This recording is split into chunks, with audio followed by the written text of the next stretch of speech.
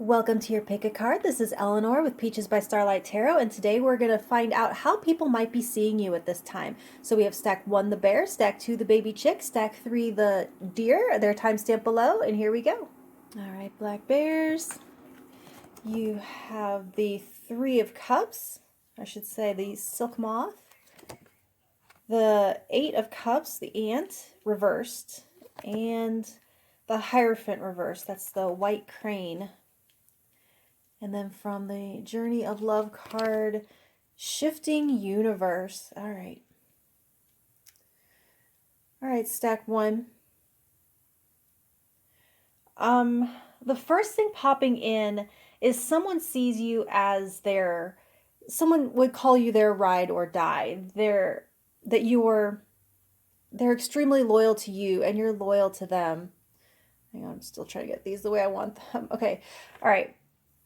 There's a mutual loyalty and there's a commitment it's like you and them against the world kind of way. And they might see you gracefully rolling with a lot of changes, but your emotional ties stay strong, like a constant in the time travel movies, right?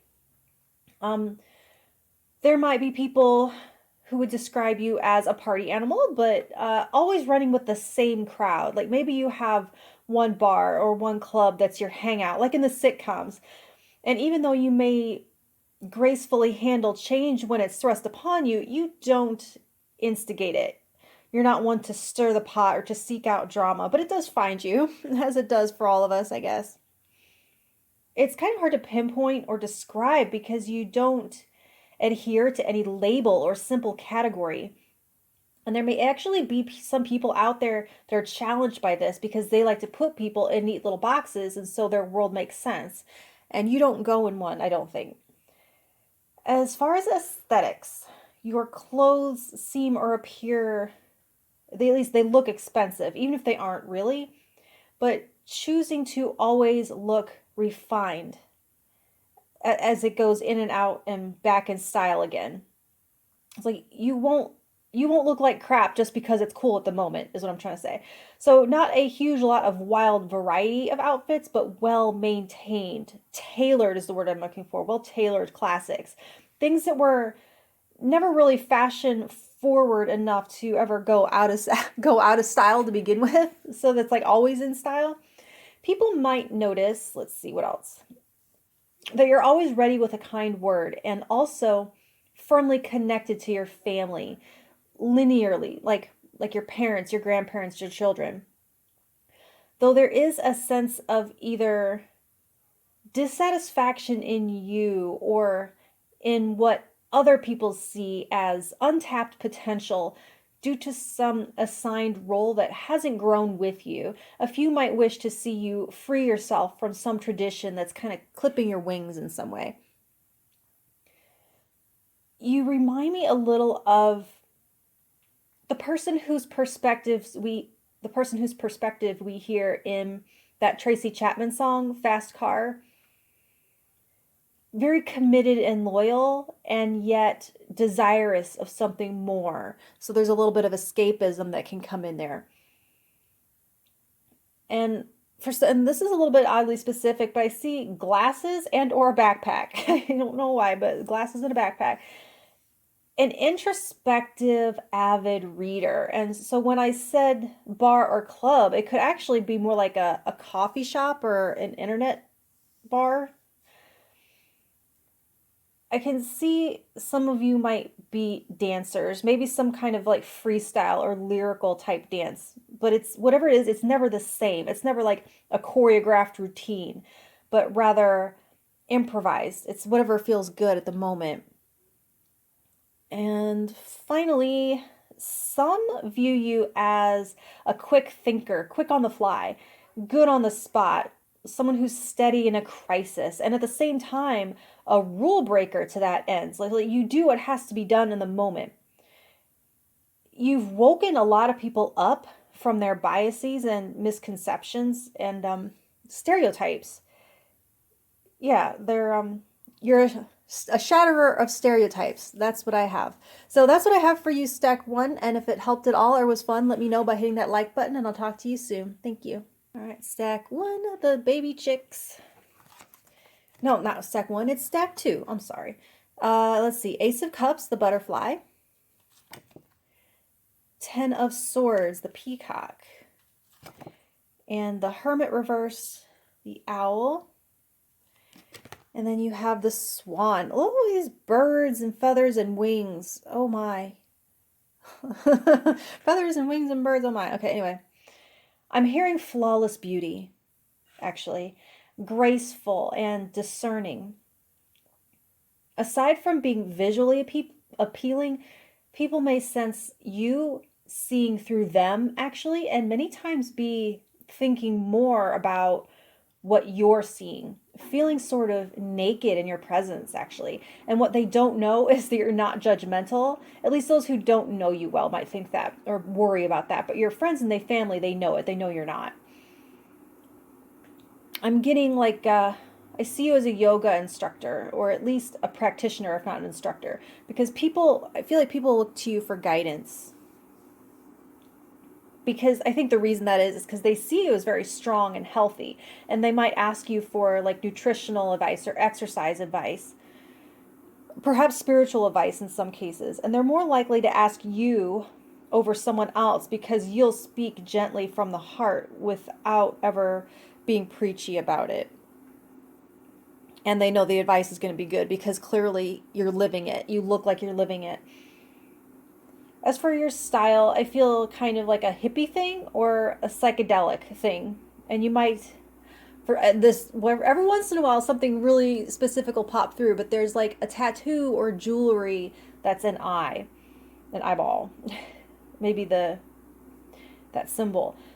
Some would describe you as an extrovert. They would say that you're outgoing, but I think they'd be wrong. I see more like an ambivert who does thrive socially up to a point. But then your battery might run out very suddenly and your energy just kind of like bottoms out and drops off sharply and you suddenly need your space. But when you are fully charged, you are so charming and easy with people that they might just assume, right? Oh, that's clearly an extrovert. And some of those people, since they don't realize that that's how your energy operates, could potentially take it personally or be like, oh, well, what did I say? Thinking it was something they said or they did. In case that you've ever had a misunderstanding like that. You are very loved. That much is clear. I'm hearing that you're loving as well, and you have few, if any, enemies. And I mean, like with we all have conflicts. So like when things go south with you or the other person, one just disappears from the other's life. I mean, they're in time. Sometimes it might be a ghosting scenario, but it's more like you just like orbit or vibrate away from each other without conflict. So not only are you loved, but you're known as someone who is loved because darkness just doesn't hang around. You come off as youthful. Whatever your actually age is, you come off as youthful. Always up to date on the latest lingo or technology or trends. Whatever you have, your possessions, most of what you have is new or appears to be new and up to date. I do see people get an energy boost from being around you, not because they're energy vampires and they're trying to take from you. It's just that you emit it, you irradiate it, and people pick up on it.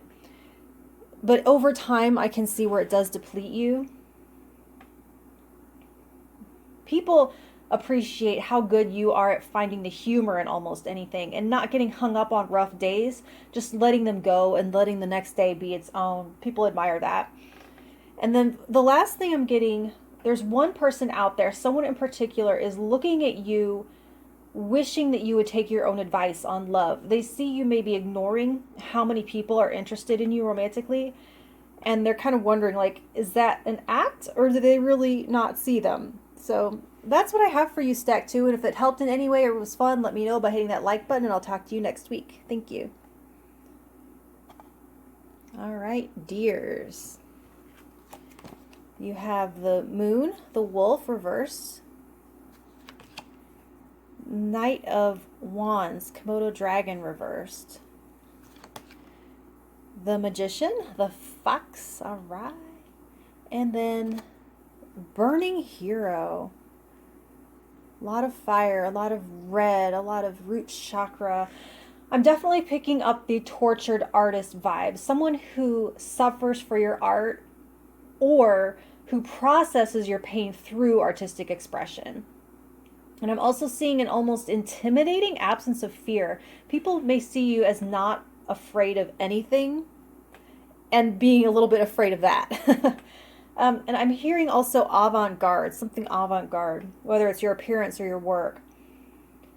But people can see how brightly you burn, and they can see how you're prone to burn out because of it. So if anyone's ever called you bipolar, unless it was a doctor, it's because they don't have a true understanding of what that is, and they just interpret your energy fluctuations that way, when it could be just a passion and burnout cycle that's natural, because rest does seem to actually replenish you. But that's not a professional opinion. That's just a maybe for some of you. There's something kinetic about you that people notice, because you might be fidgety or pacing always, but you're always moving in some way. And they say you never half-ass anything. Anything you do, it's like you wouldn't even know how to half-ass it. Whole ass or not at all. And yes, sometimes you do choose that not at all option. If you can't go all in and it wouldn't be something you'd be proud of a result that you wouldn't put your name on, then you would rather just not even. Some would describe your energy as intense, which makes you a highly desirable lover. I mean, because don't we all on some level want to be devoured by our partner's desire? No, just just me. All right, on that note, some might question your choices in that area if you don't seem to settle into anything long term. They might see you giving all that you are to someone time and again who, in their opinion, doesn't deserve it. And for some of you that might be true, but for others of you it might be because they want you for themselves. A few might have noticed a short temper in you, but I think it's a case where they weren't seeing how long you were just at that boiling point. Like, you didn't actually go from 0 to 60, but it was probably a slow build, and they didn't see how long you were sitting there in the 50s, right? So you might benefit from communicating when you're at 45 or 50, so people don't think it comes out of nowhere, because I don't think it does. Let's see what else. Smart, of course, resourceful, passionate. I think I already said charismatic and emotionally intelligent. You have a deep self-awareness that you use to show other people themselves, whether that's in art, whether it's in lyrics or music, or it could be even as a reader or like a content maker. But it's not just one thing either. It's not like a one trick pony thing, but multi-talented and always reinventing yourself or adapting to change really well. The last thing I'm getting is that the people that know you well enough, or not, people may see you sleep late and make assumptions about laziness. But that's because they didn't see you stay up all night working. So no. You probably have friends from all walks of life. Like, you're able to mix and mingle with the rich and the poor alike, and they can't tell which you are. They're more taken by how much you seem to care about what you do. So that's what I have for you, Stack 3. And if it helped or was fun in any way, let me know by hitting that like button, and I'll talk to you next week. Thank you.